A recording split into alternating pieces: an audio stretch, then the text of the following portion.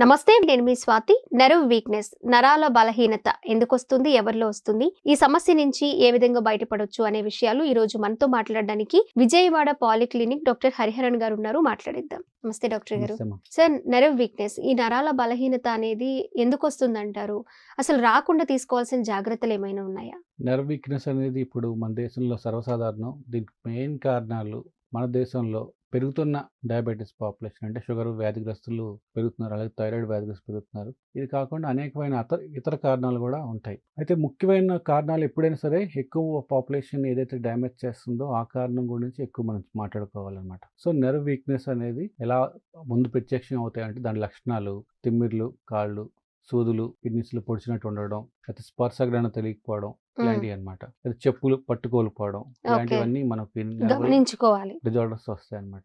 Okay sir. So ఎవరైనా తిమ్మిర్లు అని చెప్తే దాన్ని మనం తక్కువ అంచనా వేయకూడదు, ఎందుకంటే ఒక్కొక్కసారి అది చాలా ప్రమాదకర సూచన అవుద్దంట. బ్రెయిన్ స్ట్రోక్స్ ఏదో సివిఏ అంటారు. సివిఏలో మొదట్లో చేతులు తిమ్మిర్లు లాగా వస్తాయి అనమాట. మనం నిర్లక్ష్యం చేస్తే అది ప్రమాదకరమైన తలలో గడ్డ కట్టడం, బ్లీడింగ్ అవడం లాంటివి వస్తాయి అన్నమాట. సో మనం తిమ్మిరిని ఎప్పుడు తక్కువ అంచనా వేయకూడదు. ఈ తిమ్మిరికి మెయిన్ కారణం మెటబాలిక్ డిజార్డర్స్, అంటే షుగరు, థైరాయిడ్, కొన్ని రకాల క్యాన్సర్స్ వల్ల, కొన్ని metal toxins, arsenic, lead, chromium ఇలాంటివి. ఇవి మనం ఆ కంపెనీస్లో పనిచేసే వాళ్ళకి ఇది నెర్వ్ టాక్సిసిటీ పెరిగిపోద్ది అనమాట. అలాగే కొన్ని రకాల పాయిజన్స్ ఈ తిమ్మిర్ల వల్ల వస్తాయి. దానివల్ల బాడీ వీక్నెస్ రావడం, స్పర్శగ్రహణం తెలియకపోవడం వల్ల ఏం జరుగుద్దంటే వాళ్ళకి ఏదన్నా కాలింది పట్టుకున్నా వాళ్ళకి స్పర్శ తెలియకపోవడం వల్ల చర్మం కాలిపోవడం, అలాంటివి జరుగుతూ ఉంటాయి అనమాట. Okay sir. మరి ఎలాంటి జాగ్రత్తలు తీసుకోవాలి సార్? జాగ్రత్తలు తీసుకోవాలంటే తిమ్మిర్లు అనే దానికి దేనికైనా నివారణ మార్గం అమ్మ. ఇప్పుడు షుగర్ పేషెంట్ అయితే షుగర్ కంట్రోల్లో పెట్టుకొని, థైరాయిడ్ పేషెంట్ థైరాయిడ్ కంట్రోల్, ఏదైనా క్యాన్సర్ చికిత్సలు అంటే క్యాన్సర్ చికిత్సలు, అయితే వృత్తిపరంగా హెవీ మెటల్ టాక్సిటీ అంటే లెడ్, మెర్క్యూరియం, ఆర్సెనిక్ ఇలాంటివి కంపెనీస్లో పనిచేస్తున్న ఫ్యాక్టరీ వర్కర్స్కి దానికి అవి ఎక్స్పోజ్ కాకుండా ఫేస్ మాస్క్ పెట్టుకోవడం, క్యాప్స్ పెట్టుకోవడం, లాంటి గ్లౌస్ వేసుకోవడం లాంటివి పెట్టుకోవడం, ఇలాంటివన్నీ చేసుకోవాలి. వెల్డింగ్ ఇండస్ట్రీ వాళ్ళు అల్యూమినియం, నికిల్, క్రోమియం, ఇలా అస్బెస్టోస్ షీట్స్, ఈ అన్నిటి వల్ల తిమ్మిర్లు వస్తాయమ్మా. సో ఈ కెమికల్ ఎక్స్పోజర్ కానీ తగ్గించుకోవాలి ఇండస్ట్రియల్గా. రెండు షుగర్ పేషెంట్స్కి తిమ్మిర్లు వస్తాయి.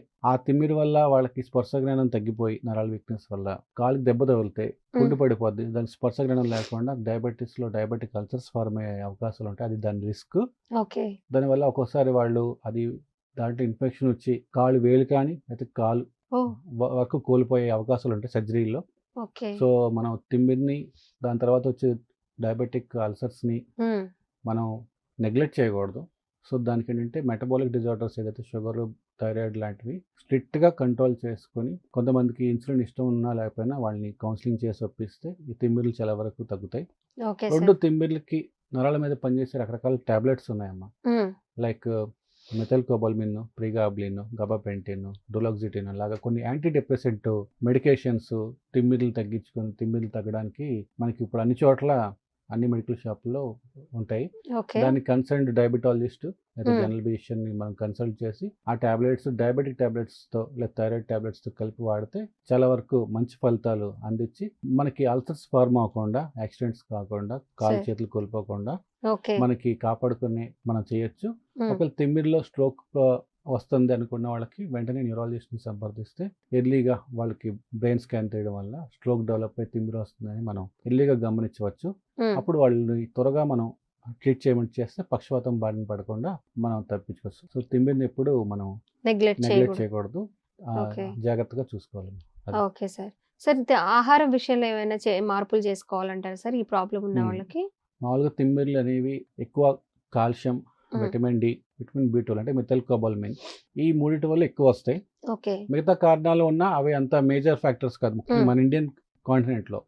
సో ముఖ్యంగా ఆడవాళ్ళు ఎవరికైతే నెలసరి ఆగిపోయి లేదా హిస్టెక్టమీ, గర్భసంచి తీసే సర్జరీ వాళ్ళకి కాల్షియం, విటమిన్ డి డెఫిషియన్సీ ఎక్కువ ఉంటుంది. సో వీళ్ళు కాల్షియం బిళ్ళలు, విటమిన్ డి టాబ్లెట్స్ వేసుకోవడం వల్ల తిమ్మిర్లు చాలా వరకు తగ్గుతాయి. అలాగే డయాబెటిక్ పాపులేషన్, థైరాయిడ్ పాపులేషన్ లో కూడా తిమ్మిర్లు ఎక్కువ ఉంటాయమ్మా. సో వాళ్ళకి కూడా కాల్షియం, విటమిన్ డితో పాటు మెథైల్కోబాల్మిన్ అంటే విటమిన్ B12 టాబ్లెట్స్, క్యాప్సూల్స్ వేసుకుంటే చాలా సిరప్స్ కూడా ఇప్పుడు అవైలబుల్ ఉన్నాయి. ఇవి వేసుకోవడం. అలాగే ఫుడ్ లో మెథైల్కోబాల్మిన్ అనేది మెయిన్ గా మనకి వెజిటేరియన్ లో చాలా తక్కువ ఉంటుంది.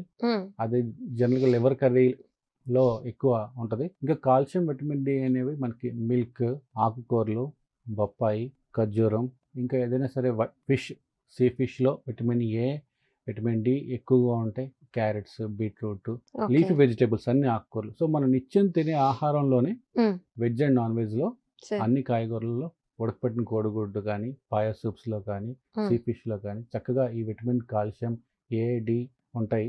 అలాగే మిథైల్ కోబాలమైన్ మటన్, లివర్ కర్రీలో ఉంటుంది. వెజిటేరియన్స్కి అంత ఆప్షన్స్ తక్కువగా ఉంటాయి. సో మనం తినే ఆహారం కరెక్ట్గా తినగలిగితే చాలా వరకు ఈ డెఫిషియన్సీస్, విటమిన్ డెఫిషియన్సీ తగ్గి మనం టాబ్లెట్స్ అవసరం లేకుండానే మనం క్యూర్ చేసుకోవచ్చు. అలాగే వయసు పైబడిన వరకు అయితే మనకి క్యాప్సూల్స్, టాబ్లెట్స్, సిరప్స్ రూపంలో, ఇంజెక్షన్ రూపంలో కూడా మనకి అందుబాటులో చవకగా దొరుకుతాయమ్మా. Okay sir. Sir nerve weakness అసలు ఎందుకు వస్తుంది, ఎవరిలో వస్తుంది అనే దాని గురించి చాలా చక్కగా వివరించారు. ఈ నెర్వ్ వీక్నెస్ రాకుండా ఉండడానికి ఎలాంటి ఆహారం తీసుకోవాలనేది కూడా, మనకి ఏదైతే లోపం ఉంటుందో దాన్ని ఎలా సెట్ చేసుకోవచ్చు అనేది కూడా చాలా చక్కగా వివరించారు. Thank you so much sir.